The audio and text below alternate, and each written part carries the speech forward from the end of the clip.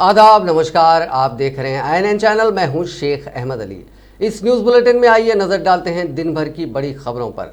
Corona virus के खिलाफ वजीर आजम नरेंद्र मोदी की अपील पर मुल्क भर में आज रात 9 बजे 9 मिनट तक लाइटें बंद कर दी गईं और मोमबत्ती, टॉर्च और फ़ोन की फ्लैश लाइट जलाई गई। कुछ इलाकों में पटाखे भी फोड़े गए। इसमें सदर जमहूरिया रामनाथ कोविंद के अलावा सभी सियासी कायदीन ने हिस्सा लिया। तेलंगाना में वजीर आला चंद्रशेखर राव और उनके वुज़रा ने भी मोमबत्ती जलाई।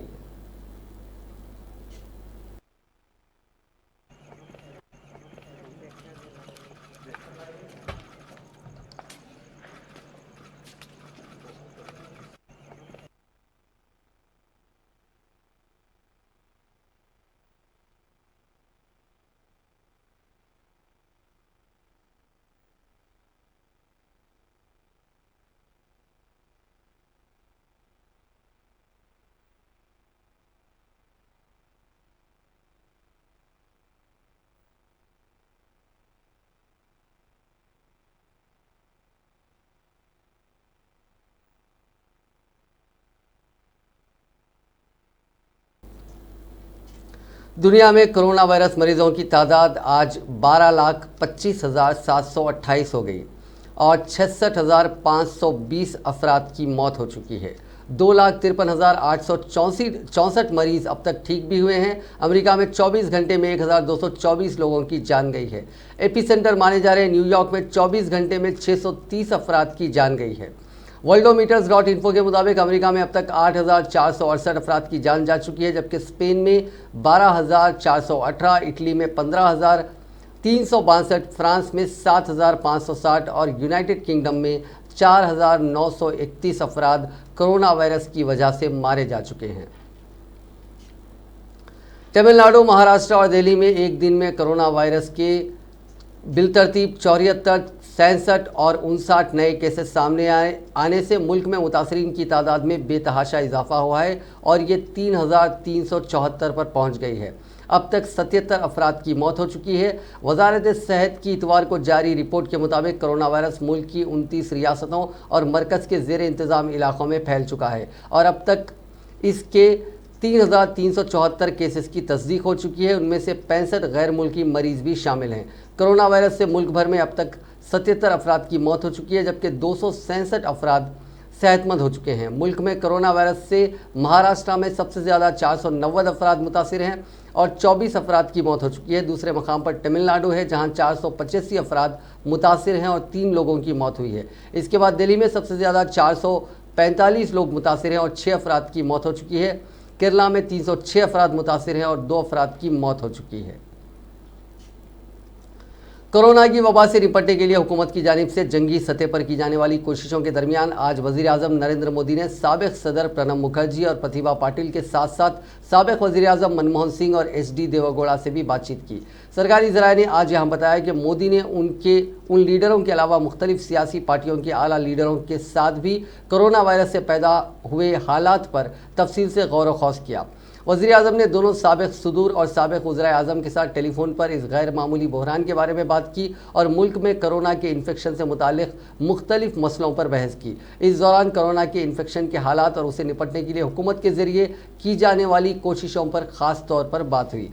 मोदी ने मुख्तलिफ सियासी पार्टियों के लीडरों को भी फ़ोन किया और उनके साथ भी कोरोना की वजह से पैदा हालात के तमाम पहलुओं पर गौर व खौस किया। वज़ीर आज़म ने जिन लीडरों के साथ बातचीत की उनमें कांग्रेस सदर सोनिया गांधी, समाजवादी पार्टी के बानी मुलायम सिंह यादव, अखिलेश यादव, तृणमूल कांग्रेस की सरबराह ममता बनर्जी, बीजू जनता दल के सरबराह नवीन पटनायक, तेलंगाना राष्ट्र समिति के सदर और तेलंगाना के वज़ीर आला चंद्रशेखर राव, DMK के MK स्टालिन और शिरोमणि अकाली दल के प्रकाश सिंह बादल शामिल हैं।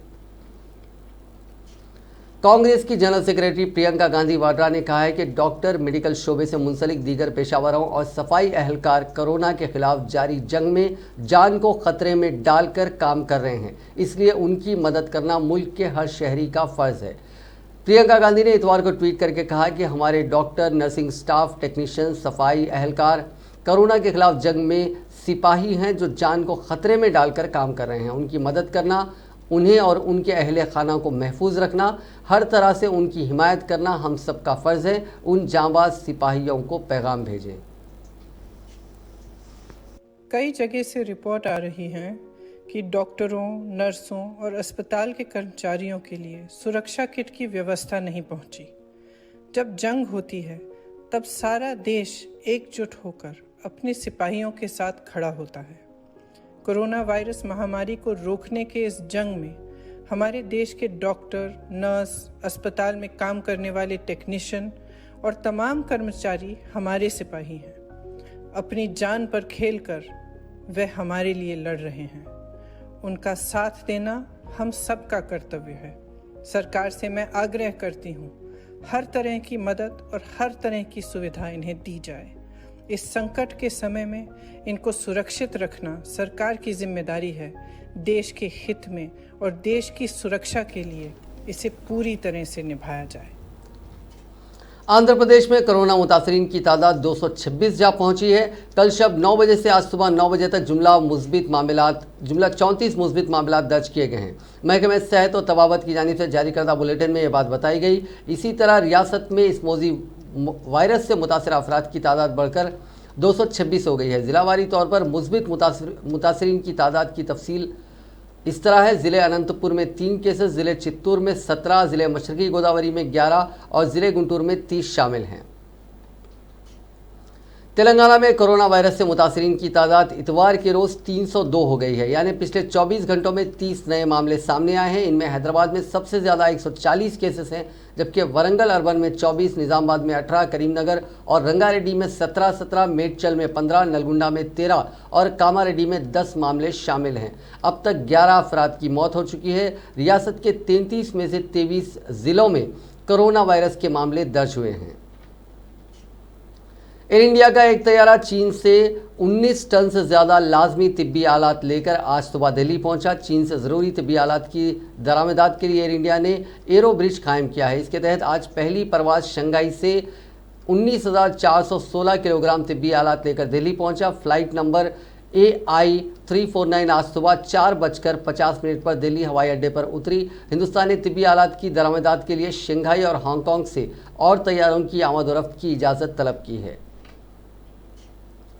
कोरोना वायरस के इन्फेक्शन को रोकने के लिए हिंदुस्तान ने बड़े पैमाने पर तैयारियां शुरू कर दी हैं। मुल्क में अब ज़्यादा से ज़्यादा लोगों का टेस्ट होगा। हालांकि इसकी शुरुआत उन्हीं ज़िलों से होगी जहां इन्फेक्शन के ज़्यादा मामले सामने आए हैं। ये जानकारी मरकज़ी वजारत सेहत के जॉइंट सेक्रेटरी लव अग्रवाल ने प्रेस कॉन्फ्रेंस में दी। इस मौके पर ICMR के रिप्रेजेंटेटिव ने बताया कि 8 अप्रैल तक हिंदुस्तान में रैपिड डायग्नोस्टिक किट आ जाएगा। इसके लिए गाइडलाइंस जारी कर दी गई हैं। इस टेस्टिंग किट से सिर्फ 5 मिनट में कोरोना पॉजिटिव केस की जानकारी मिल जाएगी। वहीं कोरोना नेगेटिव बताने में इस किट को 13 मिनट लगेंगे। कोरोना वायरस को लेकर पूरी दुनिया से परेशान करने वाली खबरें आ रही हैं। कोरोना की वजह से अब तक दुनिया में तकरीबन 60,000 अफराद की मौत हो चुकी है। इसी दरमियान कोरोना वायरस को लेकर एक अच्छी खबर चीन से आई है। चीन ने इस वायरस के लिए वैक्सीन तैयार की थी, जिसका क्लिनिकल ट्रायल 17 मार्च से शुरू किया गया था, यानी वैक्सीन का इंसानों पर तजुर्बा किया जा रहा था। खबर यह है कि इस तजुर्बे के नतीजे इंतहाई मुस्बित बरामद हुए हैं। दरअसल चीन ने वुहान शहर में जहाँ इस वायरस ने पहली बार किसी इंसान को इन्फेक्शन का शिकार बनाया था, इस वैक्सीन का क्लिनिकल ट्रायल शुरू किया था। इसके लिए 108 लोगों को मुंतखब किया था। उनमें से 14 लोगों ने वैक्सीन के ट्रायल की मुद्दत पूरी कर ली है। 14 दिनों तक क्वारंटाइन में रहने के बाद अब वो अपने अपने घर भेज दिए गए हैं। वैक्सीन के तजुर्बे के बाद देखा गया है कि जिन 14 लोगों को घर भेजा गया है, अब वो पूरी तरह से महफूज और सेहतमंद है।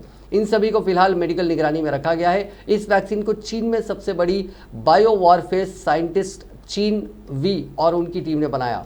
जिन 108 लोगों पर तजुर्बा किया जा रहा था, सभी लोग 18 साल से लेकर 60 साल तक की उम्र के हैं। इन सभी लोगों को 3 ग्रुपों में तकसीम किया जा रहा था। ये सभी लोग 18 साल से लेकर 60 साल की उम्र तक के। इन सभी लोगों को, तीनों ग्रुपों के लोगों को वैक्सीन की अलग अलग मिकदार दी गई थी। इन सभी 108 लोगों को Wuhan special services health centre में क्वारंटाइन किया गया था।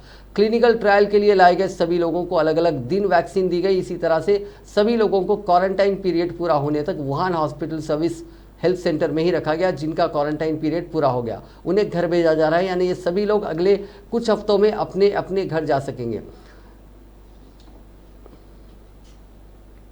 कोरोना वायरस के शुबे में शरीक हॉस्पिटल में एक शख्स ने इमारत से छलांग लगा दी। दिल्ली में वाक़ AIIMS Jayaprakash Narayan apex trauma centre की इमारत से मुश्तबा मरीज ने आज छलांग लगाकर खुदकुशी की कोशिश की, जिसके नतीजे में वो शदीद जख्मी हो गया।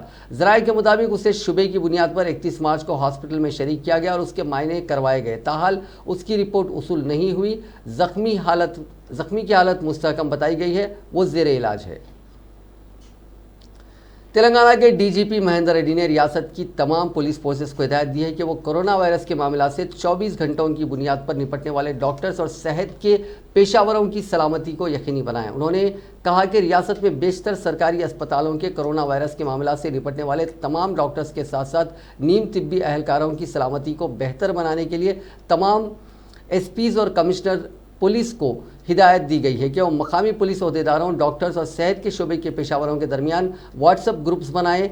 उन्होंने अपने बयान में बताया कि रियासत के तमाम स्टेशनों को चाहिए कि वो व्हाट्सएप ग्रुप्स बनाएं और पुलिस और महकमे सेहत के अहदेदारों के दरमियान बगैर किसी रुकावट के राब्ते बनाएं ताकि मुश्किल वक्त में उभरने वाले मसाइल से निपटा जा सके और फौरी तौर पर मौसर कार्रवाई की जा सके। उन्होंने कहा कि तमाम पुलिस अहदेदारों को हिदायत दी गई है कि वो कोरोना वायरस से मुतासर अफराद का इलाज करने वाले तमाम डॉक्टर्स के साथ मुसलसिल रब्त में रहें, उनकी सलामती को यकीनी बनाएं और डॉक्टर्स व नीम तिब्बी अहलकारों पर हमले के वाक़यात में मुलविस अफराद के खिलाफ सख्त कार्रवाई की जाए।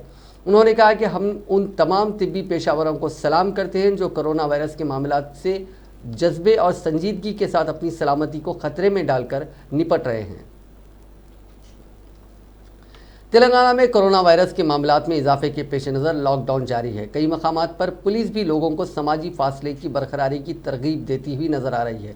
दूसरी तरफ ज़रूरी अशिया की बड़ी गाड़ियों को ही सड़कों पर चलाने की इजाज़त दी जा रही है। रियासत के दारुल हुकूमत हैदराबाद में कई मकामात पर 2 व्हीलर गाड़ियों पर 2 अफराद की रवानगी पर गाड़ियों की जब्ती का सिलसिला भी चल पड़ा है। अवाम ने पुलिस की ज्यादतियों और मारपीट की भी शिकायत की है। आज लॉकडाउन के दौरान इतवार होने के बावजूद कई अफराद सुबह के औकात में ज़रूरी अशिया की खरीदी करते हुए नजर आए। पकवान की अहम शय टमाटर, जिसकी कीमत इब्तिदा में 80 रुपये फ़ी किलो तक जा पहुंची थी, अब दस्ता 15 रुपये हो गई है, क्योंकि बड़ी तादाद में अजला से ज़रूरी अशिया को मुंतकिल करने वाली गाड़ियों की आमद हुई है, जिसके नतीजे में सब्जियों की कीमत में कुछ हद तक कमी ज़रूर हुई है।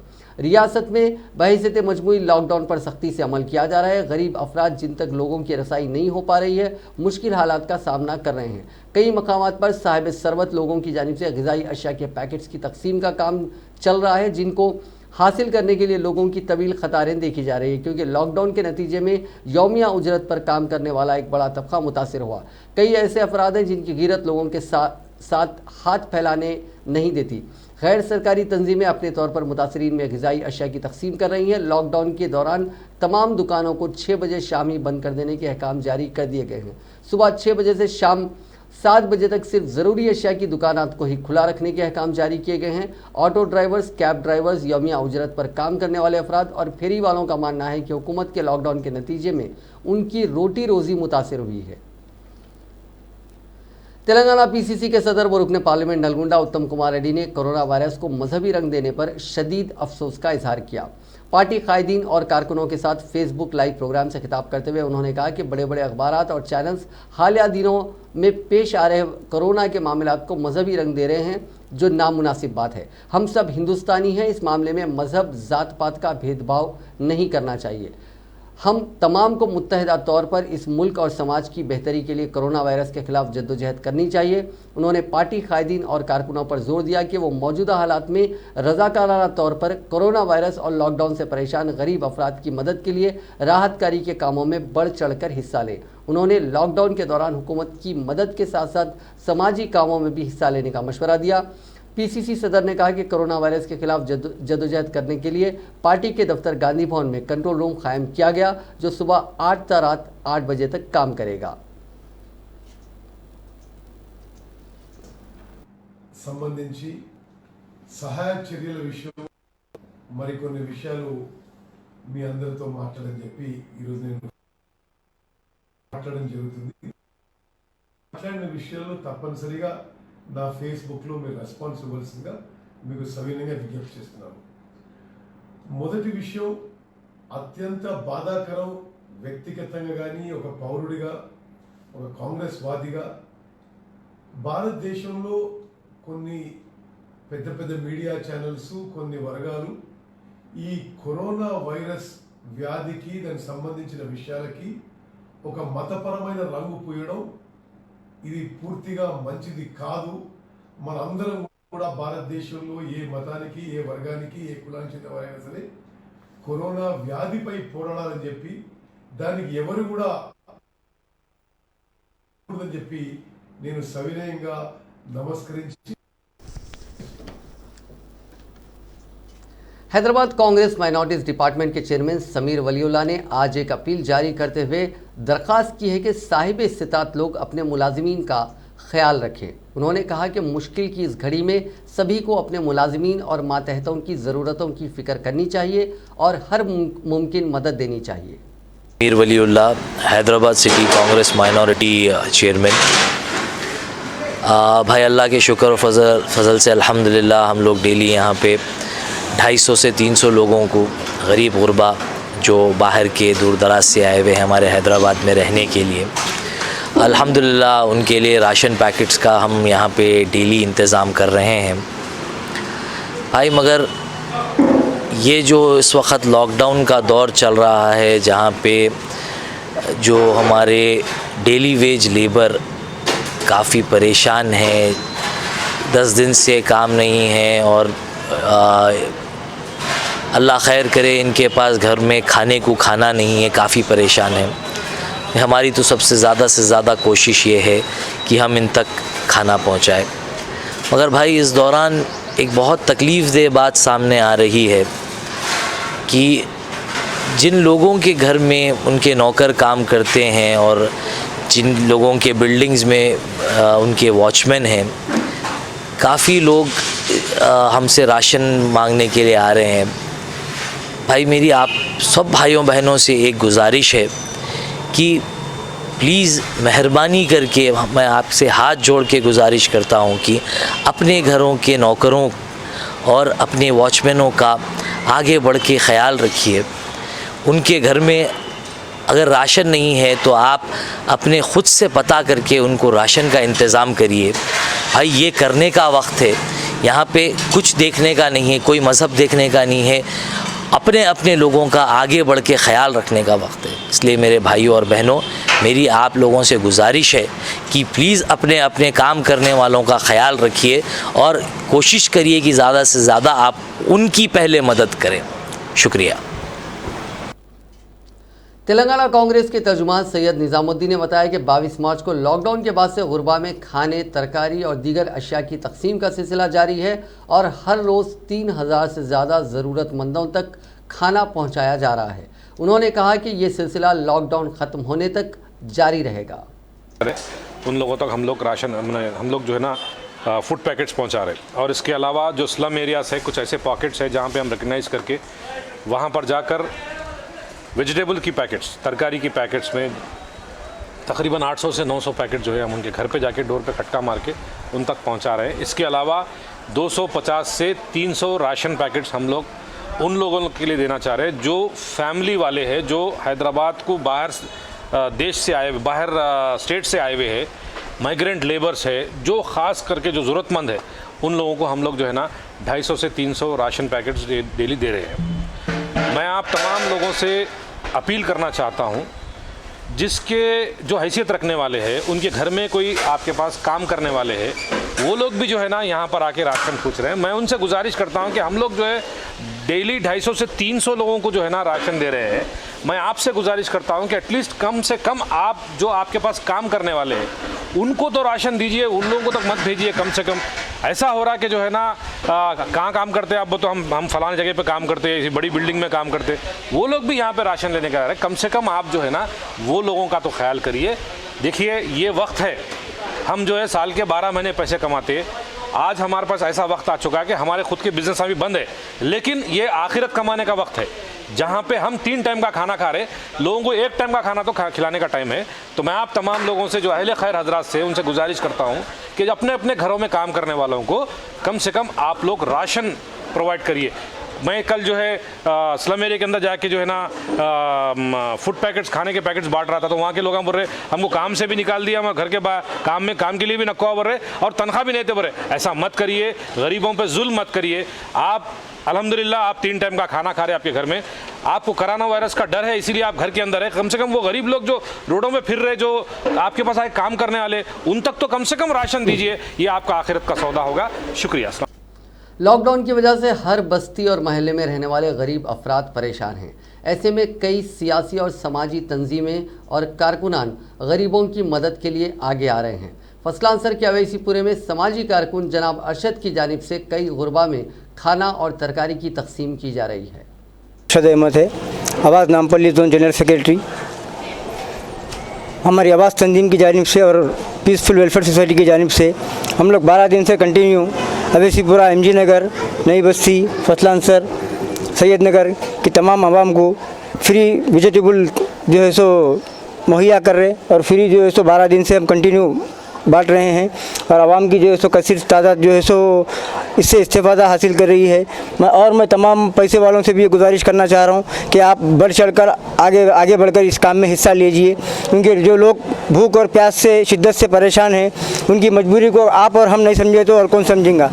अब मेयर राम मोहन रेड्डी साहब बयान का उनका आज पेपर में बयान है कि कुछ भी आप बांटने की ज़रूरत नहीं है, कोई भी NGOs को और कोई भी सोसाइटी वालों को कुछ भी बांटने की ज़रूरत नहीं है, सीधा लाके गवर्नमेंट के पास लाके जमा कर दीजिए। तो मैं मेयर साहब से सवाल करना चाह रहा हूँ, मेयर साहब पहले आप 5 रुपये का खाने का इंतज़ाम करे थे गरीब आवाम को, फिर बाद में उसको फ्री के लिए कर दिए, लेकिन फ्री के जो जंक्शन है वो अतराफ़ में ज़रा कहाँ है आप बताइए। अतराफ़ अस्काउंडिंग में बंजारी ले लीजिए, सरोजनी ले लीजिए, मेहदीपट्टनम ले लीजिए, नाना नगर ले लीजिए, टोली चुकी ले लीजिए। अब यहाँ की आवाम कहाँ पर जाके इतने लोग 200-300 आदमी जमा होकर वहाँ पर कहाँ खाना ले सकते। कोई NGO आगे बढ़ के उनके तरफ से कुछ कार्य खैर का काम कर रहा तो आप गवर्नमेंट और मेयर साहब उनकी सताइश करना चाहिए कि और आगे से अच्छा करिए, हम भी कर रहे हैं आप भी करिए बोल के उन्हें बोलना चाहिए। ये ना कि ये कि पूरा आप फंडिंग हमारे ला के दे दीजिए, हम देंगे बोल तो आप कब से दे रहे। राशन शॉप देखिए आप बिल्कुल बंद है, 10 राशन शॉप में से एक राशन शॉप खुली है खाली, वहाँ पे भी पूरी लाइन की लाइन लगी हुई है। क्या वहाँ वायरस नहीं आता, कोरोना वायरस वहाँ नहीं आता। बाज़ारों में पूरे लोग बराबर तरकारी खरीदे सबको, क्या वहाँ वायरस नहीं आता।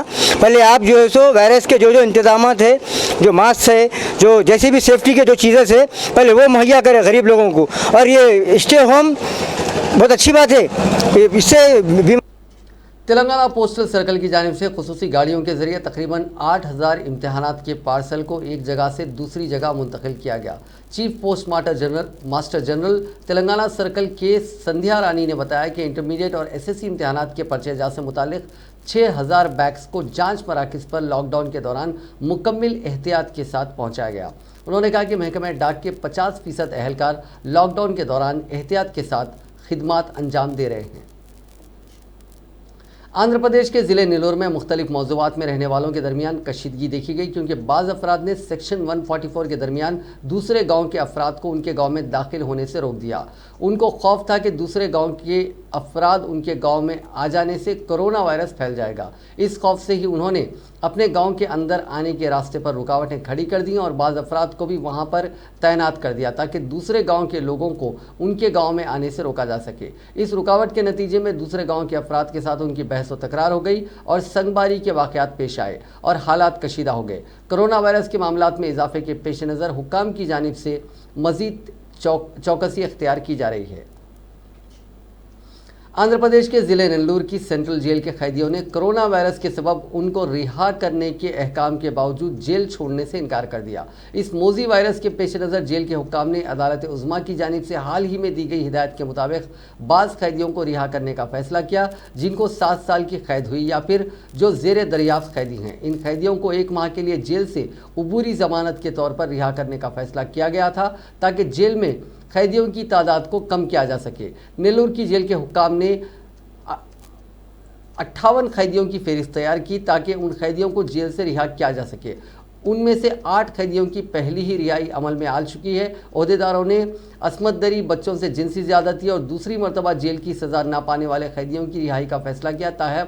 ताहम कई कैदियों ने जेल से बाहर जाने से इनकार कर दिया। उनका एहसास है कि इस मुश्किल की घड़ी में घर जाने के बावजूद उनको कोई काम नहीं मिलेगा और वो लॉकडाउन के दौरान सिर्फ घरों में ही महदूद होकर रह जाएंगे। कहते हैं वक्त बदलने में देर नहीं लगती। इसी तरह का मामला चिकन के साथ हुआ। कल तक कोरोना वायरस की वबा फैलने के बाद बाज़ अफराद की जानिब से सोशल मीडिया पर फैलाई गई अफवाहों के चलते लोग चिकन से दूर भाग रहे थे, लेकिन जैसे ही उनका खौफ दूर हुआ, अब चिकन की कीमत आसमान को छूने लगी है। चंद दिन कबल लॉकडाउन से पहले चिकन अंडे से भी ज़्यादा सस्ता हो गया था और कई मकामात पर चिकन को मुफ्त में भी बांटा गया। पोल्ट्री सनत को करोड़ों का नुकसान हुआ, जिसके बाद मरकज़ी और रियासती हुकूमत ने आवाम के खदशात को दूर करने के लिए बड़े पैमाने पर कोशिश की। तेलंगाना के वज़रा ने चिकन खाकर आवाम का खौफ दूर करने की कोशिश की और उसके बाद आहिस्ता आहिस्ता हालात मामूल पर आने लगे और अब चिकन की कीमत फिर वापस लौट आई है। हाल ही में चीफ मिनिस्टर तेलंगाना चंद्रशेखर राव ने भी कहा कि चिकन और अंडों के इस्तेमाल से कोरोना वायरस नहीं फैलता, बल्कि उसके खाने से इंसान की क़ुव्वत मुदाफ़ियत में इजाफा होता है। अचानक चिकन की कीमतों में इजाफे पर लोग हैरतज़दा हैं और उनमें नाराज़गी पाई जाती है। उनका कहना है कि कल तक जब चिकन को कोई नहीं पूछ रहा था, उनके दाम इंतहाई कम हो गए थे। अब जैसे जैसे लोग चिकन खाने की तरफ राग़िब हुए हैं, उनकी कीमत बढ़ा दी गई। चिकन के कारोबार के दोबारा जोर पकड़ने की वजह से जहां उस सनत से जुड़े अफराद ने राहत की सांस ली और उसके नुकसान से बाहर निकलने के इम्कानात नज़र आ रहे हैं। कल तक जिन चिकन सेंटर्स के मालिकीन ग्राहकों के इंतज़ार में नज़र आ रहे थे, आज उन चिकन सेंटर्स पर इजाफा शुदा कीमतों के रेट बोर्ड आवाम का मुंह चिढ़ाते नज़र आ रहे हैं। चिकन के ताल्लुक से ये कहना बेजा ना होगा कि उसकी कीमत का कोई भरोसा नहीं कि कब क्या हो, क्योंकि पोल्ट्री इंडस्ट्री कभी अफवाहों की वजह से ठप हो जाती है तो कभी उसके वारे न्यारे हो जाते हैं। कोरोना वायरस को फैलने से रोकने के लिए पूरी दुनिया के कई ममालिक में लॉकडाउन का ऐलान कर दिया गया है। करीब 300 करोड़ लोग घरों में महरूस हैं और मरने वालों की तादाद हज़ारों तक पहुंच चुकी है। रोज़ाना नए केसेस में इजाफा हो रहा है। इस मुहलिक वायरस के चलते कई अफराद को घरों से काम करने का हुक्म जारी किया गया और कई अफराद इस फाजिल वक्त को इंटरनेट पर सर्फ कर रहे हैं, जिसकी वजह से नेट का इस्तेमाल करने वालों की तादाद में इजाफा हो गया है। कोरोना वायरस की वजह से जहां वर्क फ्रॉम होम को तरजीह दी जा रही है, लोग घरों तक ही महदूद होकर रह गए हैं। ऐसे में दुनिया में इंटरनेट के इस्तेमाल में बेहद इजाफा हो गया है। कोरोना वायरस ने आलमी सतह पर काम करने के तरीक़ेकार को बदल कर रख दिया। जहाँ लोग अभी तक दफ्तर जाकर काम किया करते थे, वो अब घरों से ही काम कर रहे हैं। इन हालात में लाजमी बात है कि इत्तलात की तरसील और कनेक्टिविटी के लिए इंटरनेट का इस्तेमाल बढ़ेगा और ऐसे ही हुआ, जिसके नतीजे में ब्रॉडबैंड सर्विसेज के बोझ में इजाफा हुआ। इस बात का इंकशाफ ताज़ा सर्वे में हुआ। माह फरवरी से मार्च के दरमियान ऑस्ट्रेलिया, बरतानिया और अमेरिका के अलावा दीगर ममालिक में ब्रॉडबैंड के इस्तेमाल में 4% इजाफा हुआ। इंटरनेट के इस्तेमाल में इजाफे की वजूहात पर तहकीक करने वाली ऑस्ट्रेलिया की डाटा कंपनी KSSPR के माहिरीन ने यह नतीजा अखज़ किया कि ख़ास तौर पर नौजवानों को राग़िब करने वाले वीडियो गेम्स के मराकज़ के बंद होने की वजह से लाखों नौजवान नए नए गेम खेलने के लिए अपने अपने घरों में ही ब्रॉडबैंड कनेक्शन लगाना भी इंटरनेट के इस्तेमाल में इजाफे की एक वजह है। इंटरनेट के बढ़ते हुए इस्तेमाल का अंदाज़ा इस बात से भी लगाया जा सकता है कि व्हाट्सएप ने स्टेटस पर रखने वाले वीडियो की टाइमिंग कम कर दी है। क़ब्ल 30 सेकंड का वीडियो व्हाट्सएप स्टेटस पर रखने की गुंजाइश थी, लेकिन अब उसका वक्त कम करते हुए सिर्फ 15 सेकंड कर दिया गया। इस सिलसिले में व्हाट्सएप के ज़िम्मेदारों का कहना है कि लॉकडाउन की वजह से लोग स्टेटस पर बहुत ज़्यादा वीडियोज़ अपलोड कर रहे हैं। बढ़ते हुए बोझ की वजह से ये फैसला लिया गया। इसी तरह बाज़ वीडियोस की क्वालिटी को भी कम कर दिया गया। इंटरनेट के इस्तेमाल में अचानक इजाफा सिर्फ यूरोपीय ममालिक में ही नहीं बल्कि हिंदुस्तान में भी हुआ। यहाँ भी कई कंपनियाँ अपने मुलाजमीन से घरों से ही काम ले रही हैं। ऐसे में नेट के इस्तेमाल में इजाफा यकीनी है। जहाँ एक तरफ ज़रूरी और दफातर के कामों के लिए मुलाजिमीन नेट का इस्तेमाल कर रहे हैं, तो दूसरी तरफ बाज़ अफराद तमाम हालात से बेखबर सैर व तफरीह के मशगले के तौर पर नेट का इस्तेमाल कर रहे हैं। अब नज़र डालते हैं एक ख़ास पेशकश पर। नोटबंदी से मुल्कबंदी तक शहरियों की इज़्ज़त नफ्स पर चोट। हिंदुस्तानी शहरियों को आज जिन हालात का सामना है वो पिछली कई दहाइयों में देखने को नहीं मिलते। आज़ादी के बाद से आज तक शहरियों को ऐसे संगीन हालात से गुजरना नहीं पड़ा। ये ज़रूर है कि पहले भी अवामी मसाइल को खातिर में नहीं लाया जाता, लेकिन आज शहरियों की रही सही हैसियत भी ख़त्म करने की कोशिश की जा रही है। पिछले चंद बरसों में शहरियों की अहमियत और उनके वजूद पर दो बड़े सवालिया निशान खड़े हुए हैं। आइए देखते हैं कि मौजूदा हुकूमत का अंदाज और शहरियों को दरपेश चैलेंज। नरेंद्र मोदी की क़यादत में साल 2014 में इख्तिदार पर आने वाली भाजपा सरकार ने शुरू से ही ये साबित किया कि वो अवामी मसाइल पर तवज्जो देने के लिए संजीदा नहीं है। ये अलग बात है कि करप्शन के खिलाफ जद्दोजहद के नाम पर ही भाजपा ने इख्तियार हासिल किया था, लेकिन इख्तियार पर आते ही सिरे से अवाम को ही नज़रअंदाज कर दिया। वज़ीर आज़म नरेंद्र मोदी ने शहरियों से खिताब के लिए मन की बात का प्रोग्राम तो शुरू किया, लेकिन हुकूमत की कारकर्दगी पर सवाल उठाने की रिवायत को कमज़ोर कर दिया। जमहूरियत के चौथे सुतून मीडिया को दरबारी बनाकर छोड़ दिया गया और जो ऐसा ना करे उसे हाशिए पर पहुंचा दिया गया। मीडिया को कमज़ोर करके अपने कदमों में बिठाने के बाद से ही हिंदुस्तानी शहरियों के हुकूक एक एक करके ख़त्म करने की तवील कोशिशों का आगाज़ हो गया। वो साल 2016 था और मोदी हुकूमत को इख्तियार पर आए 2 साल बीत गए थे। 8 नवंबर को रात 8 बजे अचानक वज़ीर आज़म नरेंद्र मोदी टीवी पर नमोदार हुए और एक हैरतनाक ऐलान किया। 1000 और 500 के करेंसी नोट बंद कर दिए गए। इस ऐलान के बाद मुल्क भर में अफरा तफरी मच गई। इस तुगलकी फरमान ने बाद के बरसों में मुल्क की मईशत को तरक्की की राह से हटाकर मंदी की तरफ ढकेल दिया। ऐलान के फौरी बाद लोग अपने ही पैसों के लिए परेशान हो गए। कई लोगों ने खुदकुशी कर ली, कई आज भी उस भयानक फैसले के नतायज भुगत रहे हैं। ऐलान के दूसरे दिन से ही लोग करेंसी नोट जमा करने बैंकों की जानिब दौड़ पड़े। बैंक मुलाजिमीन इस अचानक हुजूम से परेशान होकर रह गए। कई बैंक मुलाजिमीन ने भी दबाव की वजह से खुदकुशी कर ली। मीडिया का किरदार इंतहाई घिनौना था। मीडिया ने इसको मास्टर स्ट्रोक करार दिया था, लेकिन यह मास्टर स्ट्रोक मुल्क की मईशत पर ही था। बैंकों में नोट जमा करवाने के बाद मुल्क भर की आवाम एटीएम की लाइन में खड़ा होने के लिए मजबूर हो गई। लोग अपने ही पैसे निकालने से खासिर हो गए। यह हिंदुस्तानी शहरियों की इज्जत नफ्स पर गहरी चोट या फिर मास्टर स्ट्रोक थी। एटीएम की कतारों में खड़े होकर कई लोगों ने अपनी जान भी गंवा दी। हर तरफ एक गैर यकीनी की कैफियत फैल गई। छोटे कारोबार नोटबंदी के फौरी बाद ढेर हो गए। करोड़ों शहरी अचानक बेरोजगार हो गए। वज़ीर आज़म ने एक तुगलकी ऐलान के बाद जापान का दौरा किया और वहाँ हिंदुस्तानी शहरियों के मसाइल पर भोंडा मजाक करते रहे। इस दौरान मुल्क में लोग मरते रहे, कतारों में, बाजारों में और अपने घरों में। 2017 का साल हिंदुस्तानी मईशत के लिए एक भयानक साल साबित हुआ, लेकिन हुक्मरान तबके ने वज़ीर आज़म के इक़दाम को अवाम दोस्त करार दिया। 6 माह की मुसलसिल बेयकीनी के बाद मुल्क के हालात में कुछ सुधार आया। लोग अपने ही रुपये निकालने के काबिल हुए, लेकिन कारोबार ठप हो चुके थे। बेरोज़गारी की शरह में ज़बरदस्त इजाफा हुआ। क़ुव्वत ख़रीद इंतहाई कमज़ोर हुई और जिसके नतीजे में क़ुव्वत पैदावार घट गई। मुसलसिल कई शोबों में पैदावारी गिरावट आई और हर गुजरते दिन मईशत गिरावट की तरफ ही गामज़न हुई। दुनिया भर के माहिरीन ने, माशियात ने मोदी हुकूमत के इस फैसले को इंतहाई बेवकूफ़ाना करार दिया। हुकूमत ने दुनिया भर में अपनी रुसवाई को छुपाने के लिए ओछी हरकतें शुरू कर दी। आरबीआई के रिजर्व से पैसे निकालने की बात होती रही, पैसे निकाले भी गए, लेकिन हालात सुधरने को थे और ना सुधरे। साल 2019 के आते आते नोटबंदी के भयानक नतायज ने हिंदुस्तान को दुनिया के माशी इन्हितात का जिम्मेदार बनाया। IMF और वर्ल्ड बैंक के अलावा कई आलमी इदारों ने हिंदुस्तान को आलमी मंदी के लिए जिम्मेदार करार दिया। हुकूमत के इस फैसले ने न सिर्फ मुल्क के शहरियों से उनका रोजगार छीना और तरक्की रोक दी, बल्कि दुनिया भर में मुल्क को रुसवा भी कर दिया। मोदी की भाजपा हुकूमत ने अवाम पर आने वाले किसी बहरान पर काबू तो नहीं पाया, बल्कि उल्टे नए बहरान खड़े कर दिए। साल 2020 का आगाज़ भी कोई शानदार नहीं था। ये भी हिंदुस्तानी शहरियों के लिए रुसवाकुन साबित हुआ। इस मरतबा हुकूमत ने NRC CA के नाम पर अवाम की शहरियत पर ही सवाल खड़े कर दिए। पार्लियामेंट में अददी ताकत की बुनियाद पर ऐसा कानून पास करवा लिया गया जो किसी भी आलमी इंसानी पैमानों पर खरा नहीं उतर सकता था। इस कानून के पास होते ही अवाम ने सड़कों का रुख किया और मुल्क भर में इसके खिलाफ जद्दोजहद का आगाज़ हो गया। लेकिन हुकूमत ने एहतजाजी अवाम से बात करना गवारा नहीं किया, बल्कि गुंडों और पुलिस की मदद से शहरियों पर हमले करवाए और उन्हें धमकियाँ दी। इस मौजू पर अलहदा प्रोग्राम की ज़रूरत है। फ़िलहाल बात करते हैं एक और तुगलकी फरमान की। चीन में कोरोना वायरस की तबाहकारियाँ जारी थी।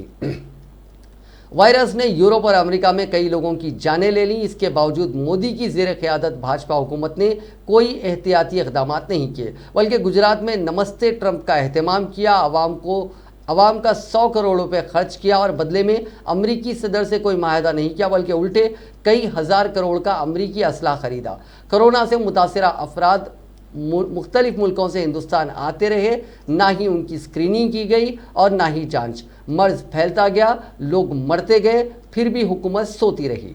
जब हालात नाजुक हुए और रियासती हुकूमतों ने अपनी तरफ से इक़दामात का आगाज़ कर दिया तो अचानक रात 8 बजे का ड्रामा किया गया। ऐलान हुआ कि 24 मार्च से मुल्क भर में 21 दिन का लॉकडाउन होगा। ना ही इसके लिए कोई मंसूबाबंदी की गई और ना ही कुछ वक्त दिया गया। सिर्फ 4 घंटे पहले ऐलान हुआ और आवाम दोबारा सब छोड़ छाड़ कर सड़कों पर निकल आए। इस मरतबा शहरियों ने खरीदारी के लिए बाजारों का रुख किया। ये अवाम की इज्जत नफ्स पर दूसरी चोट थी। हुकूमत ने अवाम के मसाइल पर थोड़ी सी तवज्जो देना भी गवारा नहीं किया। नतीजा ये हुआ कि हज़ारों की तादाद में लोग अचानक बेरोज़गार हो गए। इस बार तो अवाम रोज़गार के साथ रहने की जगह और रोटी से भी महरूम हो गए। बाजार बंद, दुकानें बंद, कारोबार बंद, होटल बंद और मुल्क का सारा कारोबार बंद। बिना किसी मंसूबे के इस इक़दाम ने गरीब मजदूरों को सड़कों पर बेयारों मददगार कर दिया। दीगर आवाम को घरों में बंद कर दिया। हालांकि कोरोना की वबा से बचने के लिए यह ज़रूरी था, लेकिन इसके लिए कोई मंसूबा तैयार ही नहीं था।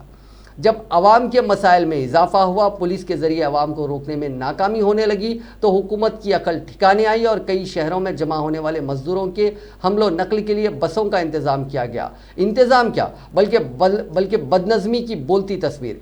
विश्व गुरु के सपने दिखाने वाली हुकूमत अपनी ही अवाम की बुनियादी ज़रूरतों को पूरा करने से माजूर हो गई। कोरोना और फिर देर से किए गए मुल्कबंदी के फैसले ने भाजपा हुकूमत की बदनज़मी और कमज़ोर हुक्मरानी का पर्दाफाश कर दिया। इस दौरान निज़ामुद्दीन मरकज़ के ज़रिए हुकूमत को एक अच्छा मौका मिल गया कि इस पूरे वाक़े को फ़िरक़ा वाराना रंग दे दिया जाए और आज हुकूमत का दरबारी मीडिया, सोशल मीडिया के कारिंदे तमाम ही इस काम में लगे हैं कि कोरोना को एक मखसूस तबके से जोड़ दें और चलते बने। नाज़रीन, इस न्यूज़ बुलेटिन में बस इतना ही। देखते रहिए INN चैनल।